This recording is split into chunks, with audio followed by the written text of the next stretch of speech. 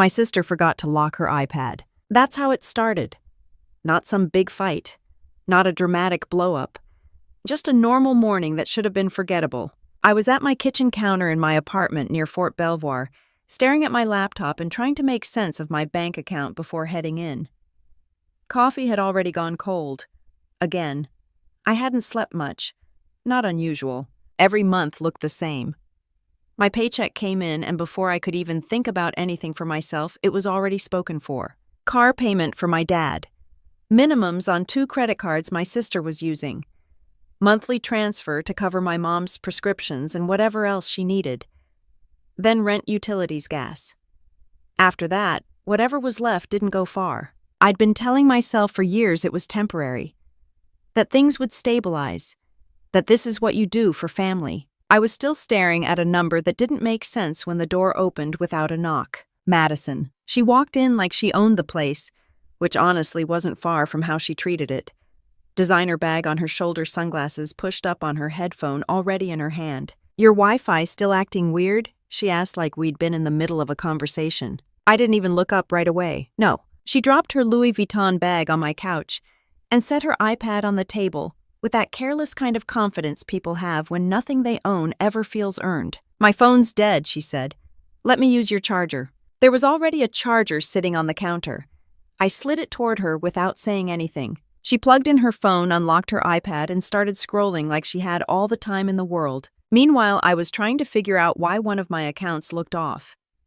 The numbers were tighter than usual. Again. "Did you move money around?" I asked, still looking at the screen. Madison barely glanced up.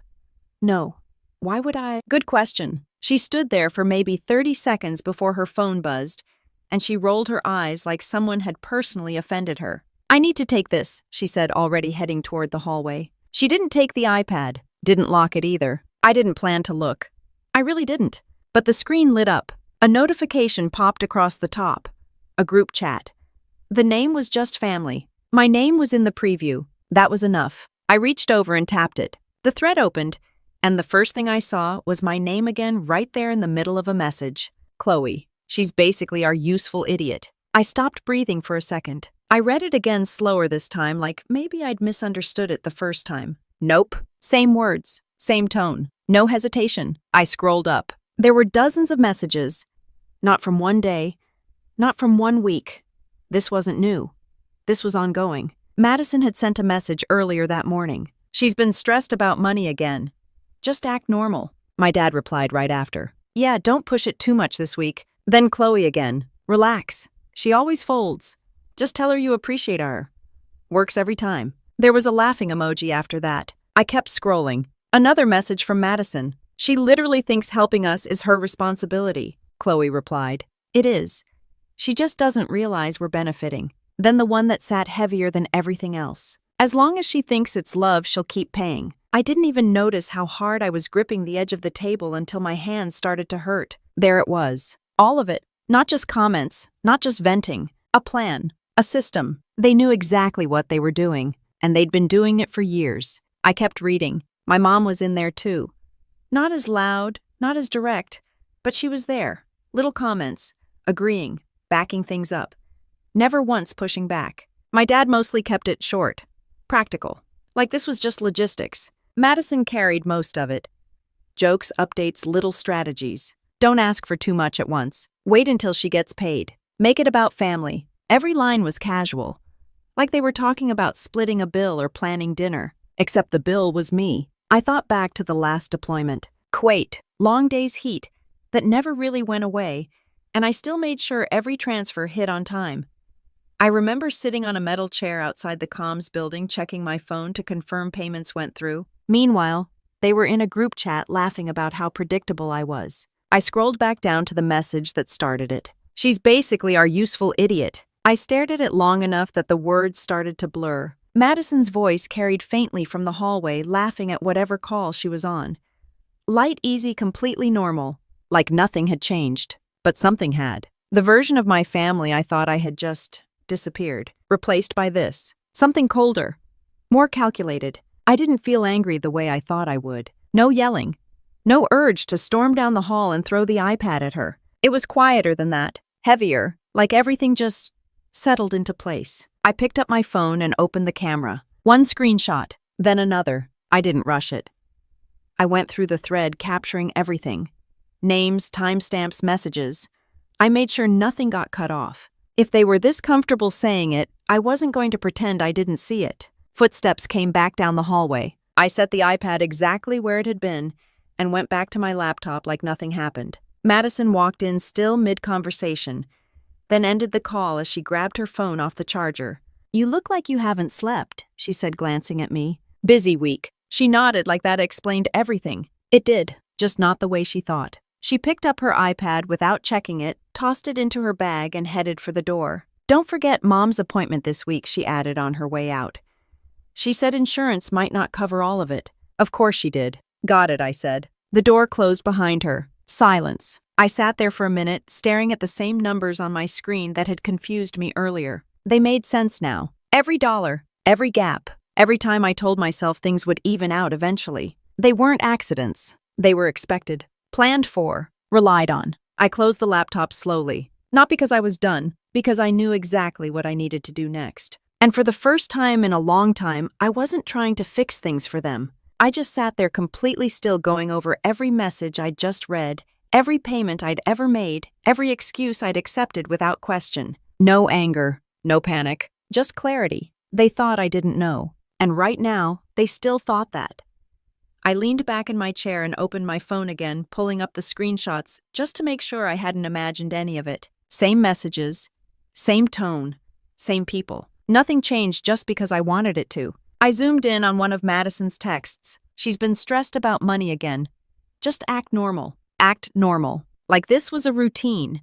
Like this was something they'd done so many times it didn't even feel wrong anymore. I scrolled further. "Don't ask for too much at once. Wait until she gets paid. Make it about family." Each message hit differently now.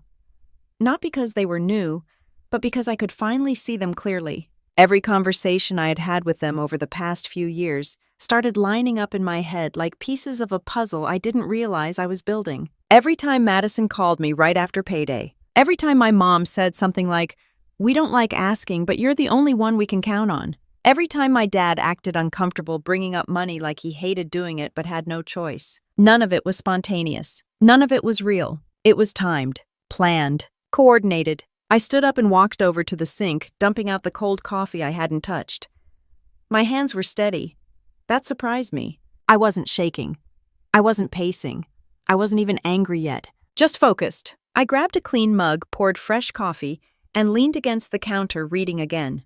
There was a message from Chloe that I'd skipped over the first time. "She literally thinks helping us is her responsibility." Madison replied almost instantly. "It is. She just doesn't realize we're benefiting." I let out a quiet breath through my nose. That one explained a lot. I'd spent years convincing myself that what I was doing was normal, that I was just stepping up, that this was what a good daughter, a good sister did when things got tough. But this wasn't me stepping up. This was them stepping back and letting me carry everything. On purpose. I scrolled again, slower this time. My mom had sent a message a few weeks ago. "Don't forget to thank her.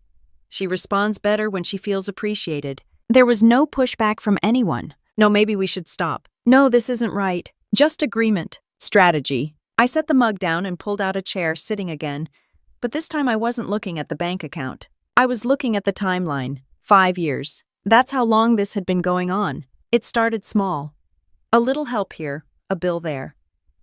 Back when I got my first steady paycheck after training, it made sense. They needed help. I could provide it. Then it became routine. Then expected. Then automatic. And somewhere along the way, I stopped questioning it. I thought back to Poland.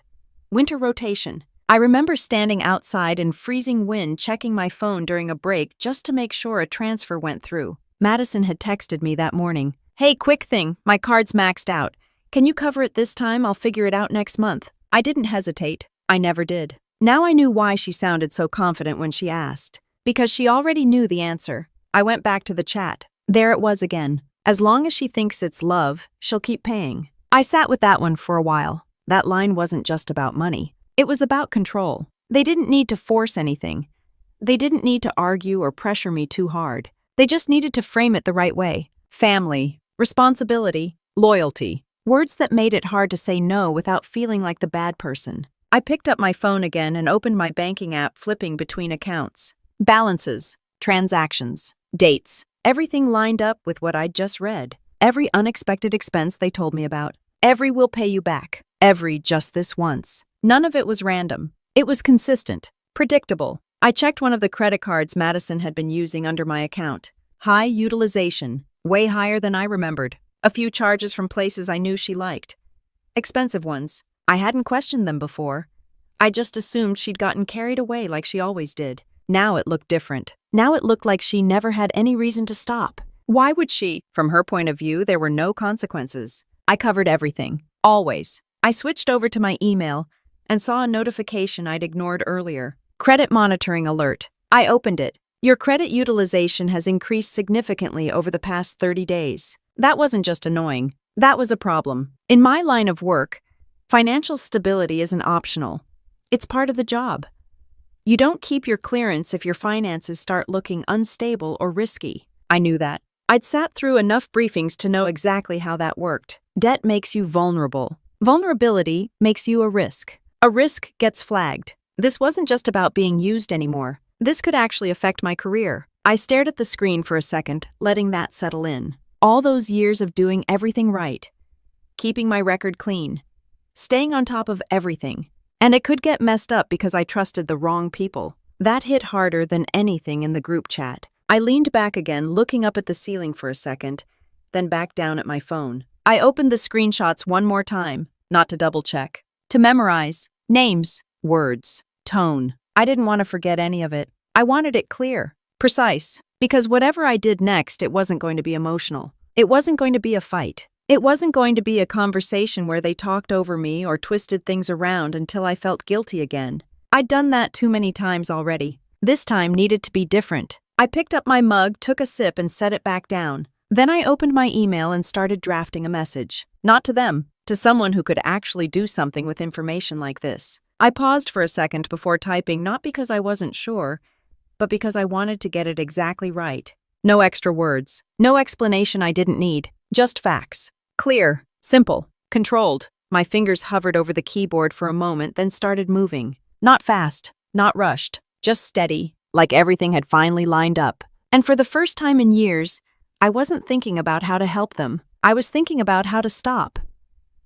I deleted the first draft and started over. The message needed to be clean. No emotion, no rambling, just the facts of what needed to change. I typed out a request to my bank first. Remove all authorized users. Freeze any pending transactions tied to secondary cards.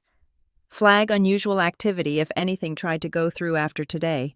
I read it twice, made a small correction, then sent it. No hesitation. Next email. Financial advisor. I hadn't talked to him in months, mostly because every time I thought about planning for myself, something else came up. Something they needed. Something urgent. I kept this one just as simple. I needed a full review of my accounts.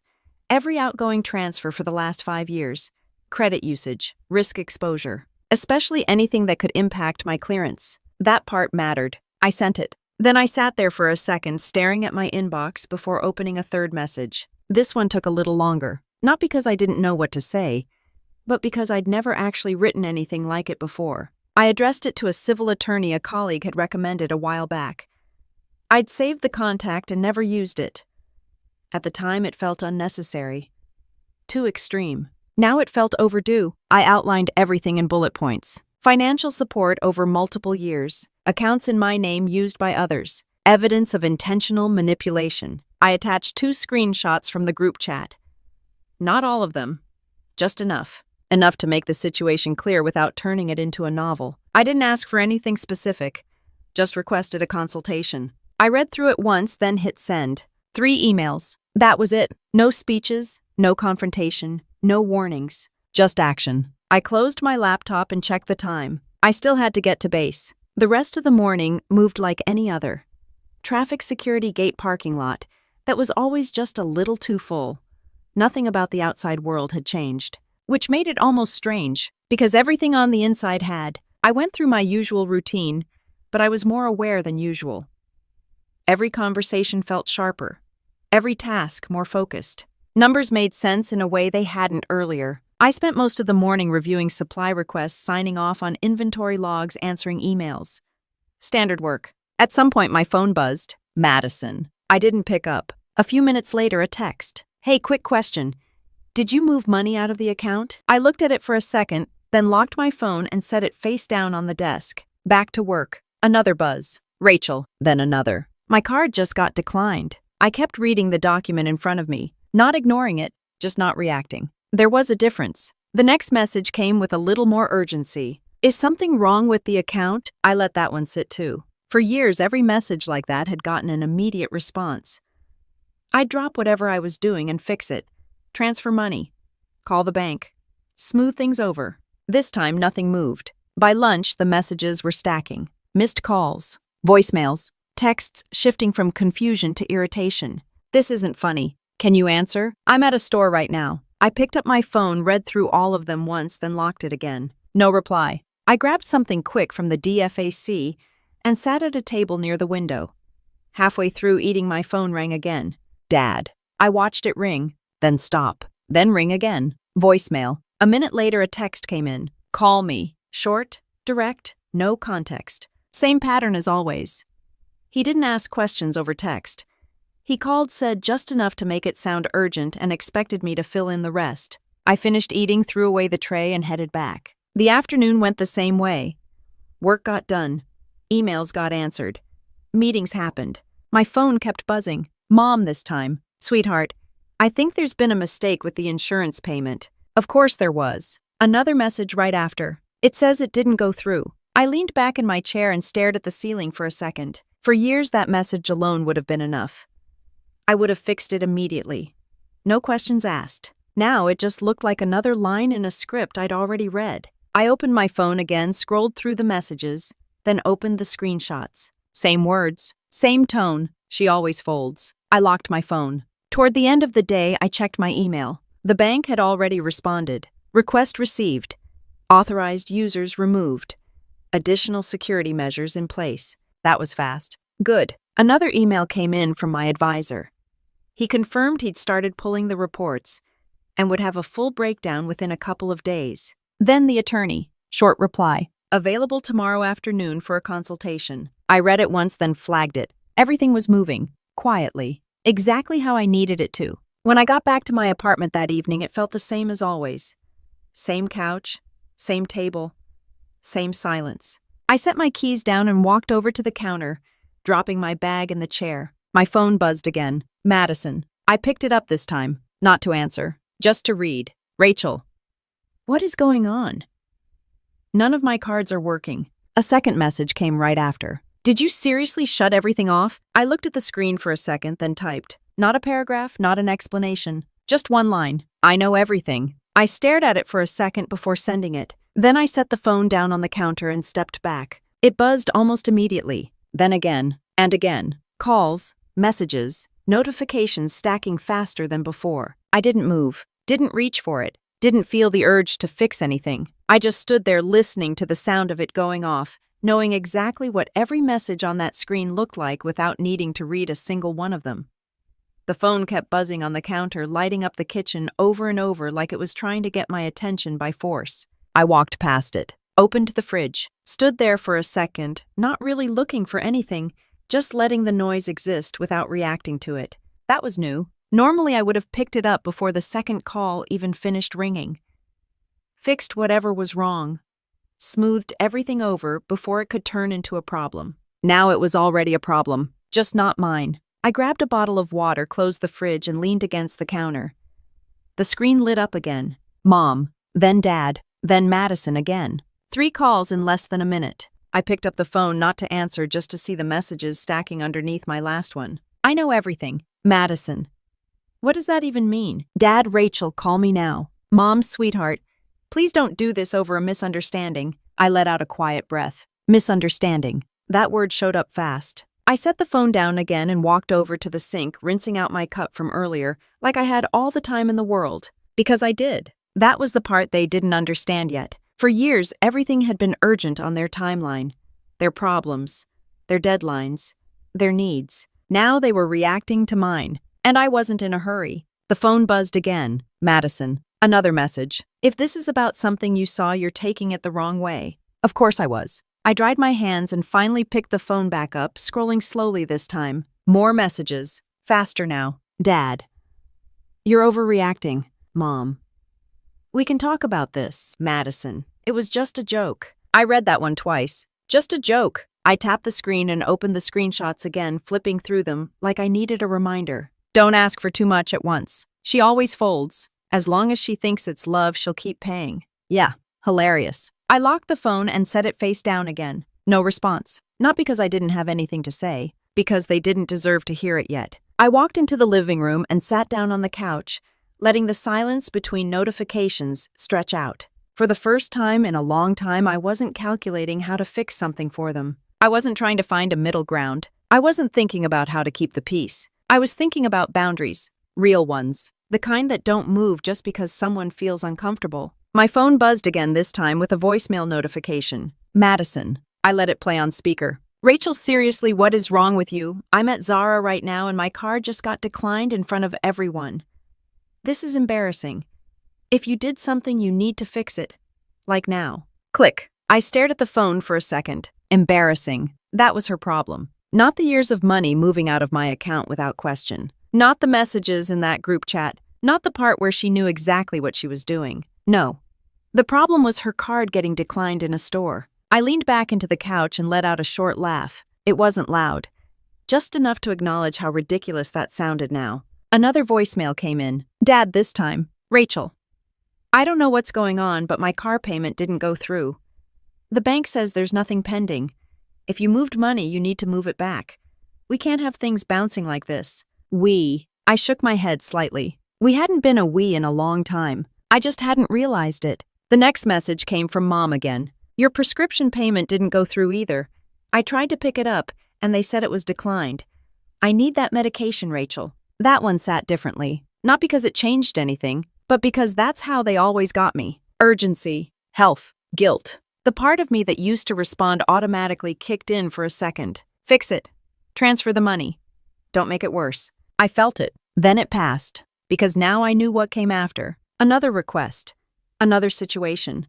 Another reason I couldn't say no. I picked up my phone and typed one line. Talk to Madison. I hit send before I could overthink it. The reply came almost instantly. What does that mean? I didn't answer. Instead, I opened the contact for the attorney again and confirmed the appointment for the next afternoon. Then I opened my calendar and blocked out the time. No conflicts. No rescheduling. This wasn't getting pushed. The phone buzzed again. Madison. Now the tone had shifted. Rachel stopped being dramatic. A few seconds later, you're acting like we did something terrible. I looked at the message, then opened the screenshots one more time. The words were still there, clear as ever. I locked the phone, set it down, walked over to the window. Outside, everything looked normal.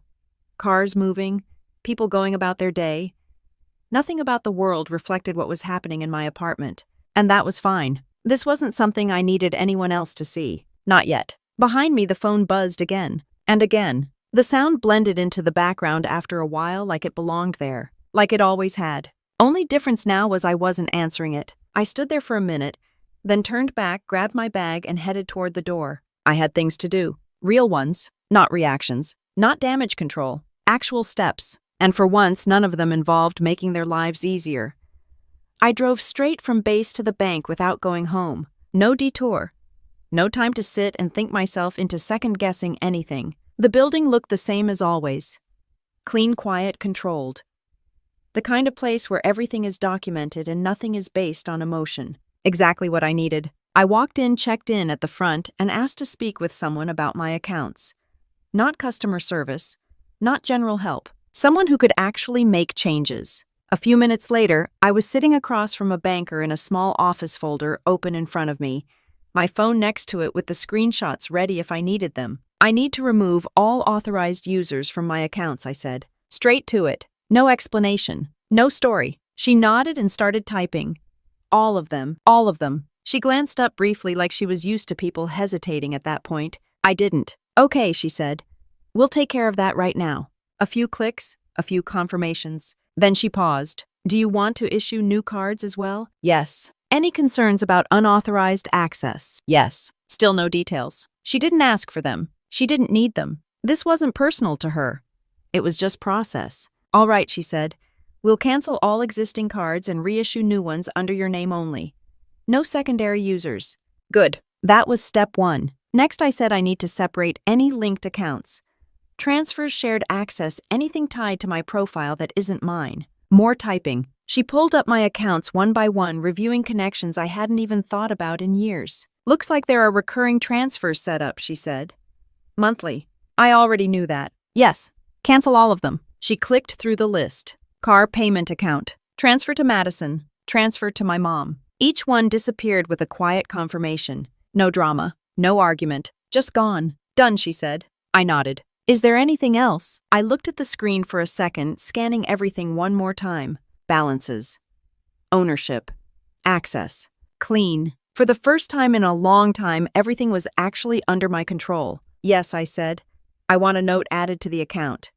Any attempt to re-add users or access needs to be verified directly with me. Absolutely. She added it. Then she printed out a summary and slid it across the desk. Everything's updated. You'll receive new cards within 5 to 7 business days. I picked up the paper, glanced over it, then folded it and put it in my bag. Thank you. Simple. I stood up and walked out. No hesitation. No second thoughts. Outside, the air felt colder than it had that morning. Or maybe I just noticed it more. Either way, it felt different. I got back in my car and sat there for a second before turning the engine on. My phone buzzed. I didn't even need to look to know who it was. Still, I picked it up. Madison. 3 missed calls. 2 voicemails. A message. Rachel, this is getting ridiculous. None of my cards are working anywhere. What did you do? I set the phone down in the passenger seat and started driving. The next message came through before I even made it out of the parking lot. Dad, the bank says the payment didn't go through. They're asking for immediate payment. Call me. Another one right after. This isn't something you ignore. I merged onto the road, eyes forward. For years, I'd been trained to respond to that tone. Immediate. Fix it now. Don't let it escalate. Now it just sounded like noise. My phone buzzed again. Mom. Sweetheart, I'm at the pharmacy, and they're saying the insurance didn't cover it. I don't know what happened. Can you check? There it was again. Urgency. Health. Guilt. I kept driving. No answer. A few minutes later, another message from Madison. Are you seriously doing this over a text message? Over something you think you saw? Think. That word almost made me laugh. I pulled into my apartment complex, parked, and finally picked up my phone again. Scrolled. Read everything. Same pattern. Denial. Minimizing. Shifting blame. Exactly like the group chat. I typed one line. I didn't think, I read it. I hit send. The reply came fast. You're twisting it. Of course I was. That's how it works when the truth isn't convenient. I got out of the car and headed inside. By the time I reached my door, my phone was buzzing again. I unlocked it, stepped inside, and closed the door behind me. Silence. Except for the phone. I tossed my keys on the counter and set my bag down. Then I finally listened to one of the voicemails. Madison's voice came through sharper this time. Rachel, you need to fix this. Like right now. This isn't funny anymore. I have things I need to pay for. Need. I leaned against the counter and replayed that word in my head. Need. I thought about the screenshots again. Wait until she gets paid. She always folds. I ended the voicemail and deleted it. Another one from Dad. Rachel, we're not playing games here. This affects all of us. No, it didn't. It affected them. For once. I set the phone down and walked over to the table, pulling out the printed summary from the bank. Everything was exactly how I wanted it. No shared access. No recurring transfers. No loose ends. I sat down and looked at it again, slower this time. Every line represented something I'd been doing automatically for years. Something I never questioned. Something they expected. Not anymore. My phone buzzed again. This time I didn't pick it up right away. I just sat there looking at the paper, letting the sound fill the room without reacting to it. Then after a minute, I reached for the phone and unlocked it. Madison again. But the message had changed. Less attitude. More edge. Rachel, if you don't answer me, I'm coming over. I stared at the screen for a second, then locked it, set it down, and didn't move. The knock came harder than I expected. Not hesitant, not polite. Sharp, repeated. Like she already knew I was inside and didn't feel the need to wait. I didn't rush to the door. I walked over at a normal pace, stopped just short of opening it, and looked through the peephole. Madison. Hair pulled back, no sunglasses this time.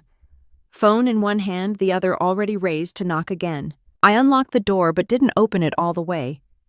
Just enough to create space between us. What are you doing?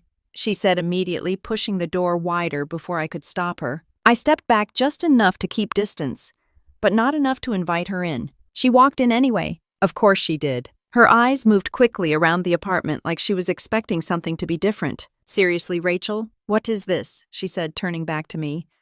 "My cards aren't working. Dad's freaking out. Mom can't pick up her meds, and you're just ignoring everyone." I leaned against the wall, arms crossed. "I'm not ignoring anything." She let out a short laugh. "Oh, really? Because that's exactly what it looks like. It looks like you're finally dealing with something on your own." That stopped her for a second. Not long, just enough for it to register. Then she shook her head. "No, don't do that. Don't twist this into something it's not. It's exactly what it is." Her expression shifted, irritation pushing through whatever calm she tried to hold on to. "This is about that chat, isn't it?" she said. "You saw something, and now you're acting like we betrayed you or something." I didn't answer. Didn't need to. She exhaled sharply and paced a couple of steps like she was trying to organize her thoughts. "It was a joke," she said, turning back toward me. "That's how we talk. You're taking it way too seriously." I held her gaze. All of it was a joke. She hesitated, just for a second. Then she shrugged.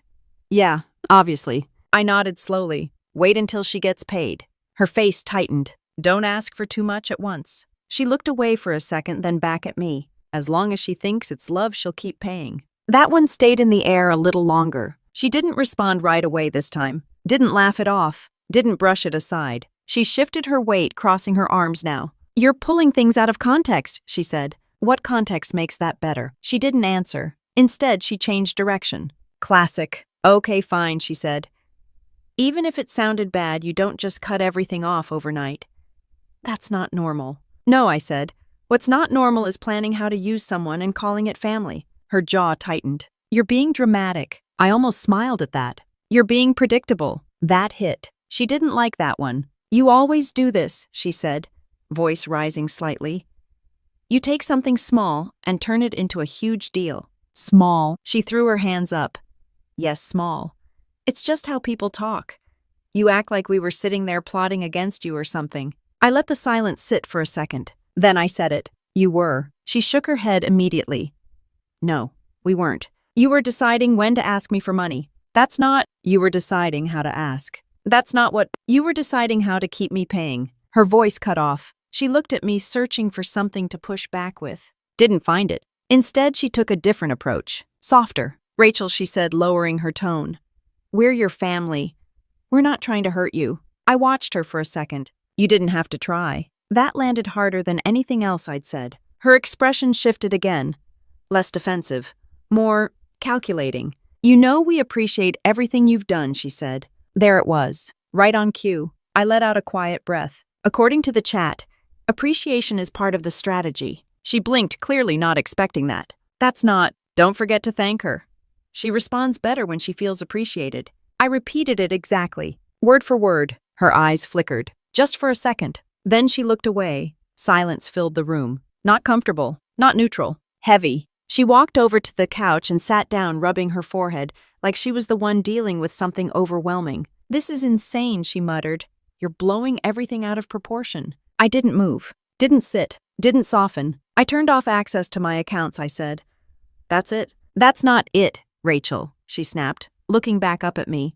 "That affects all of us." "That's the point." She stared at me, longer this time, like she was finally starting to understand that this wasn't going to go the way it always had. "You're really doing this," she said. "Yes." No warning, no conversation.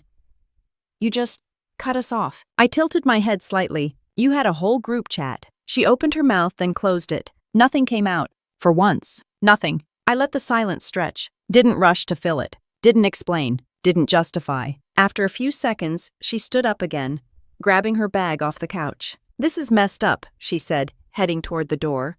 "You're going to regret this." I didn't respond. She stopped at the door, turning back one last time. "You always come around," she added.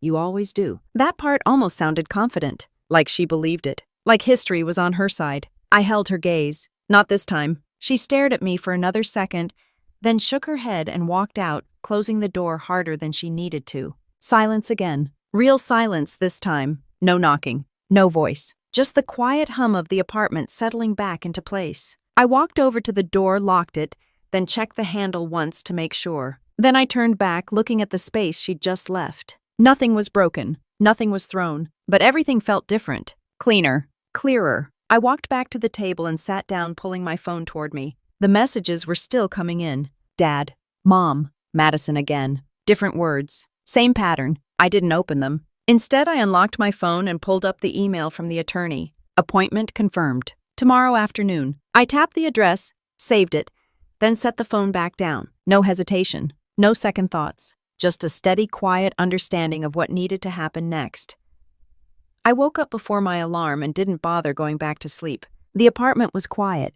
No messages, no calls yet. For once, the silence came first. I got dressed, grabbed my keys, and headed out without checking my phone. Traffic was light.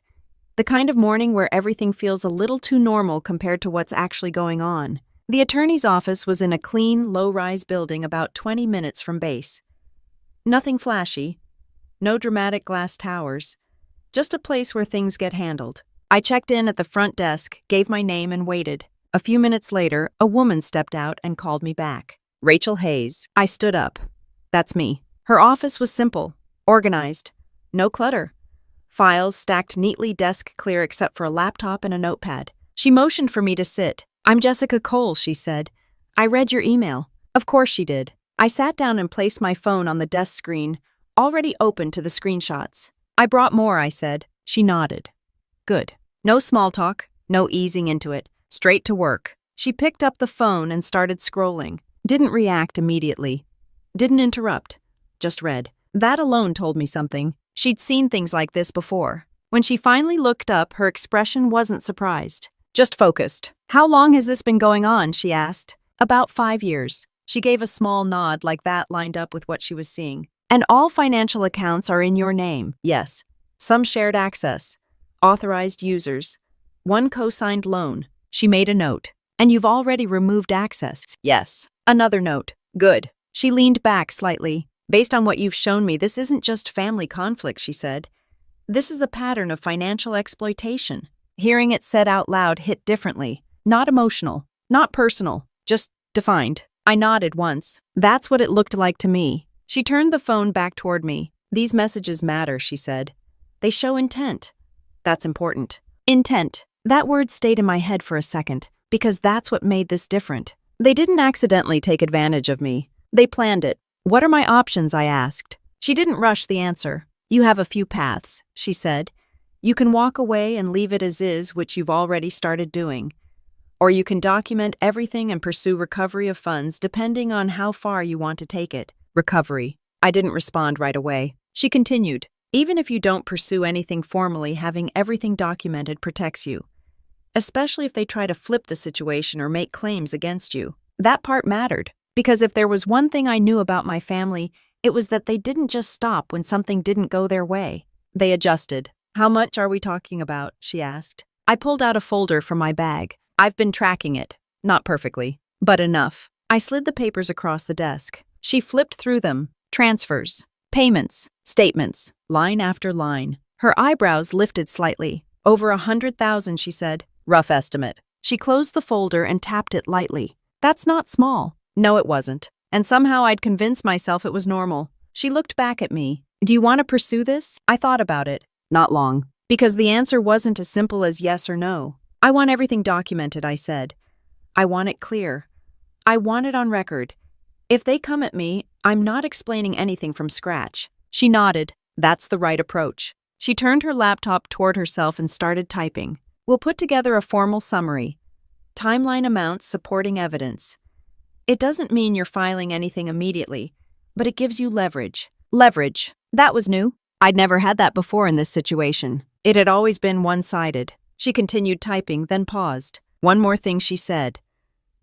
Have they contacted you since you cut them off? Yes. How? Calls, messages. One showed up at my apartment. She didn't react to that the way most people would. Just noted it. If that escalates, we can address it, she said. But for now, don't engage more than necessary. Keep everything. Screenshots, voicemails, all of it. I nodded. Already doing that. She closed the laptop slightly. I'll have a draft ready in a couple of days, she said. We'll review it together. Okay. I stood up, gathering my things. No sudden moves, she added. You've already done the most important part. What's that? You stopped the flow. I almost smiled at that, because that was exactly what it felt like. Something that had been running nonstop for years had finally been shut off. I left her office and stepped back outside. The air felt sharper than before, clearer. I pulled out my phone. It didn't take long to see the shift. The messages weren't just frequent anymore. They were different, more aggressive, more direct. Madison, you really think you can just cut us off and walk away? Dad, this isn't how family works. Mom, we need to talk about what you've done. I read them all, didn't respond. Instead, I opened the screenshots again, the same ones. The ones that explained everything better than any argument ever could. I closed them and slipped the phone back into my pocket. Then I got in my car and drove home. When I walked into my apartment, everything looked exactly how I left it. Same couch, same table, same quiet. I dropped my keys on the counter and set the folder down next to them. For a second, I just stood there, not thinking about what they were saying,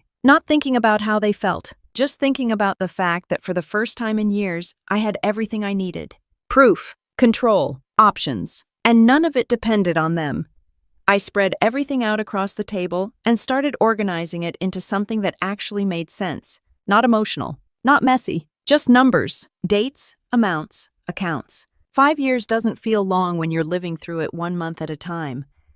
But when you lay it out all at once, it hits differently. I opened my laptop and pulled up my statements matching them with what I'd already printed. Transfers to my dad's account, every month. Same amount. Car payment, never late, never missed. Then Madison's credit card. Charges from places I recognized immediately.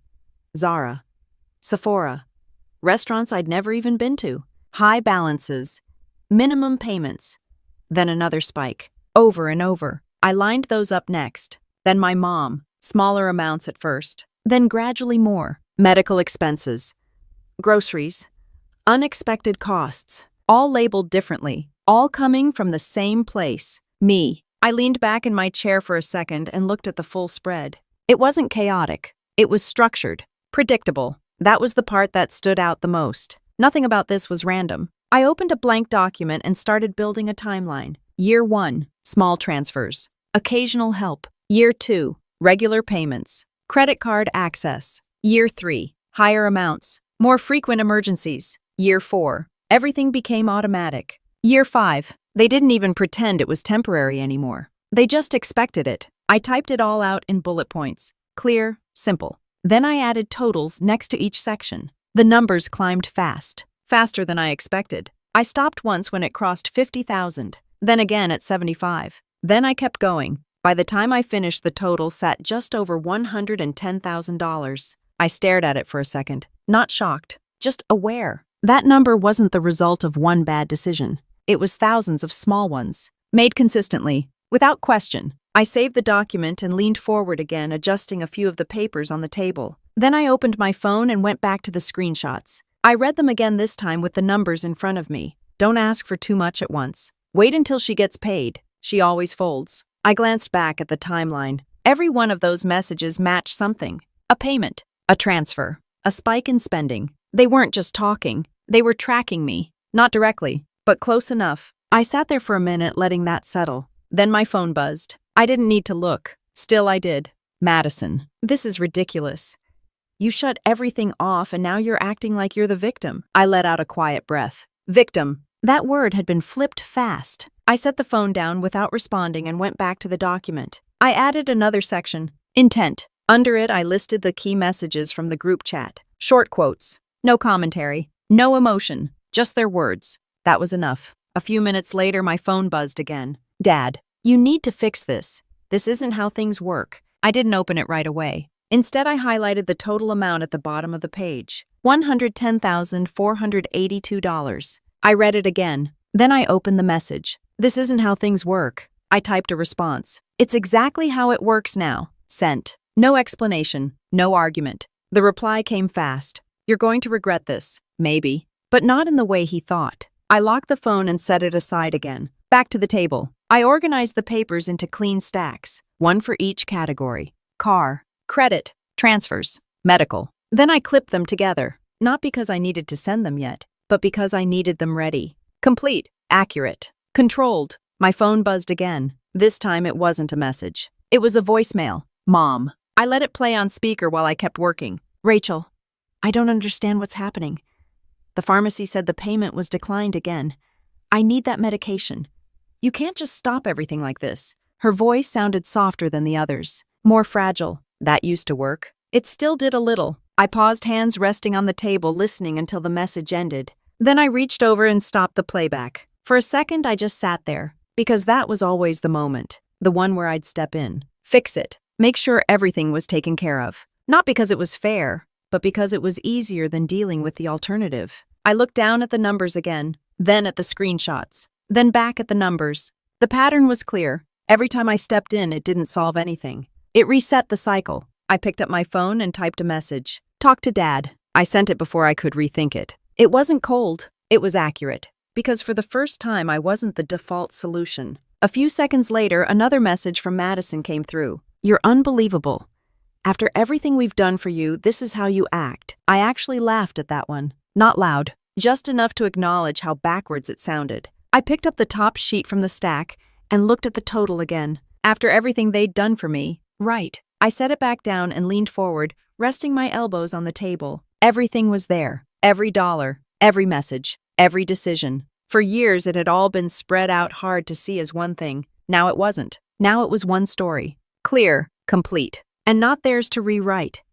I was halfway through reviewing the timeline again when I heard the sound. Not a knock this time. A soft click. Subtle, but wrong. I froze for half a second listening. Another small movement near the front door. Then the handle turned. My eyes moved towards it slowly. The door opened. Madison stepped in like she still had every right to. No hesitation, no permission, just walked in. I stood up immediately. How did you get in? She held up a small key between her fingers like it was obvious. Spare key. You forgot. I didn't forget. I just didn't think she'd actually use it. That was on me. I walked toward the door and closed it behind her, locking it this time. Then I turned back. You don't come in here like that anymore.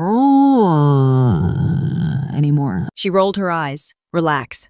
I've had this key forever. Not anymore. She ignored that. Of course she did. Her attention shifted to the table. All the papers, all the numbers, all the evidence laid out in clean stacks. She stepped closer, picking up the top sheet before I could stop her. What is all this? She asked. I didn't answer. She skimmed it, then slowed down, then read more carefully. Her expression changed. Not dramatically, just enough. What is this supposed to be? She asked, holding the paper up slightly. A record. She let out a short breath. Of what? I looked at her. You already know. She glanced back down at the number at the bottom of the page, then back at me. You're seriously tracking everything now. I've always been paying everything. That's not the same thing. It is now. She set the paper down harder than necessary. This is insane, she said.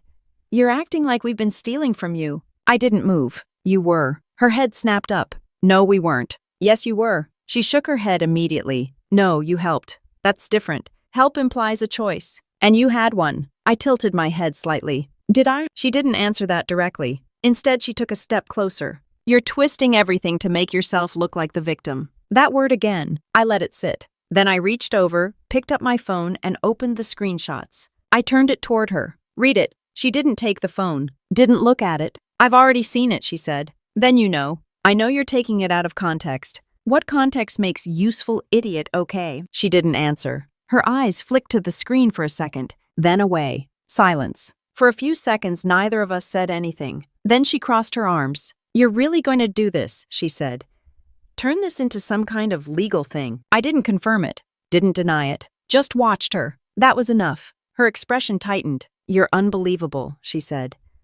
After everything we've done for you, I almost laughed. Not because it was funny, because it was predictable. Say that again, I said. She blinked. What? Say it again. She hesitated, then repeated it slower this time. After everything we've done for you, I picked up the top sheet again and held it up. Read the number. She didn't. I already know what it says. Then say it. She didn't move, didn't speak, because saying it out loud would have made it real in a way she couldn't twist. I set the paper back down. That's what I've done, I said. Not the other way around. Her jaw tightened. You didn't have to. That's not what your messages say. She looked away again, just for a second, then back at me. You're blowing this up into something it's not, she said. This is family.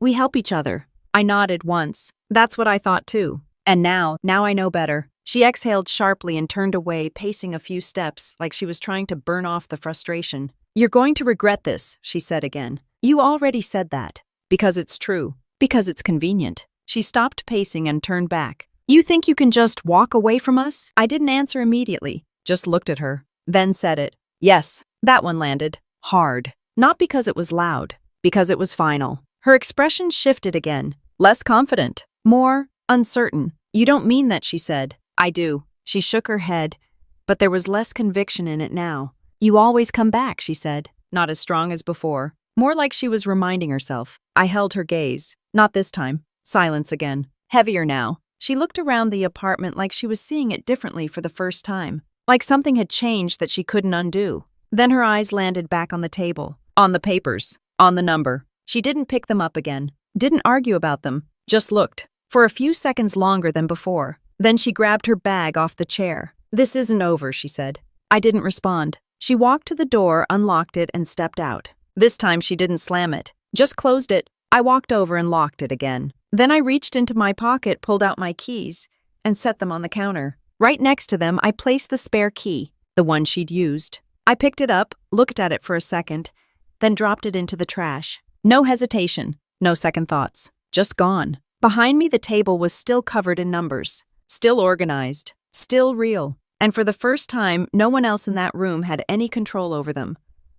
I slept better that night than I had in years. No late-night transfers, no checking balances before bed, no messages I needed to respond to before something got worse, just quiet. When I woke up, the first thing I noticed wasn't stress. It was space, real space. I got up, made coffee, and sat at the same kitchen counter I'd been at a few days ago, staring at the same laptop. But this time, the numbers made sense. No gaps, no sudden drops I couldn't explain, no accounts tied to anyone else. Everything was mine, exactly how it should have been the whole time. I took a sip of coffee and opened my email. Jessica had sent over the first draft of the documentation. Clean, structured, timeline totals supporting notes. Everything laid out in a way that didn't need emotion to explain it. Facts did the work on their own. I read through it once, then again, making small notes, tightening a few details, adding dates where I had them. Nothing dramatic, just accuracy. By the time I finished, my phone buzzed. I didn't rush to grab it. That habit was gone.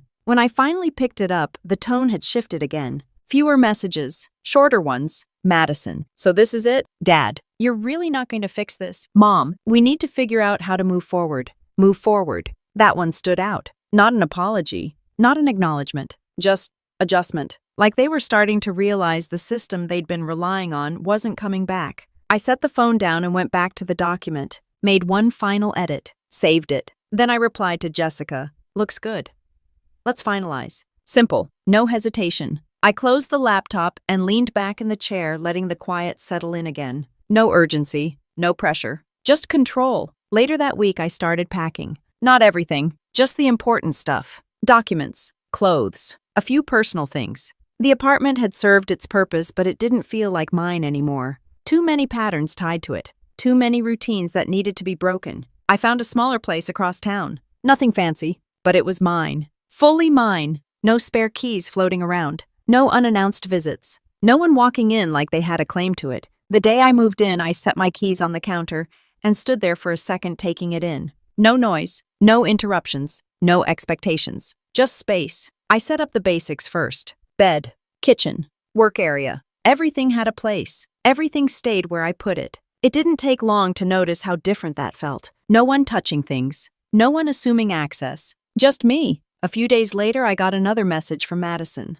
Different tone, less edge, more uncertain. "Can we talk?" I looked at it for a second, then locked my phone. No response, not out of anger, just no reason to. Another message came from Mom later that night. "I miss you." I read it, set the phone down, didn't reply. Because missing me wasn't the issue. They'd had me for years, and they'd chosen what to do with that. I didn't need to explain anything else. I didn't need to justify anything. I didn't need to convince them of anything. That part was over. A couple of weeks later, I started volunteering on base. Financial literacy sessions. Small group at first, then a few more people, mostly women. Some younger just getting started. Some older already dealing with things they hadn't realized were problems yet. I kept it simple. No lectures, no complicated terms. Just real examples. How to set boundaries. how to recognize patterns, how to separate accounts, how to protect yourself before it gets out of control. I didn't tell my whole story. Didn't need to. The important parts translated on their own. One afternoon after a session, I walked out and stopped by a coffee shop nearby. Ordered something simple, sat near the window, quiet, normal, exactly what I wanted. I took a sip and looked up. Across the street through another window, I saw them. All three of them. My parents at a small table. Madison sitting across from them. No designer bag this time. No phone in her hand. They looked different. Not dramatic. Not broken. Just smaller. Like something had shifted and they hadn't figured out how to replace it yet. For a second, I just watched. Not long. Long enough to recognize them. Long enough to see that nothing in that room required anything from me anymore. Then I looked back at my coffee, took another sip, and stayed where I was. I used to think being needed meant being valued. That if I just gave a little more, helped a little longer, things would balance out eventually. But the truth is, some people don't want balance. They want access. And once you see that clearly, everything changes. Walking away didn't make me cold. It made me honest. Honest about what I was willing to carry and what was never mine to begin with. Family doesn't mean unlimited access to your time, your money, or your peace. And the moment you stop confusing loyalty with sacrifice, you finally take your life back. If this story hit close to home, you're not the only one. Stories like this, family drama, family betrayal, and quiet revenge stories happen more often than people admit. If you want more real, grounded family revenge stories like this, subscribe to the channel.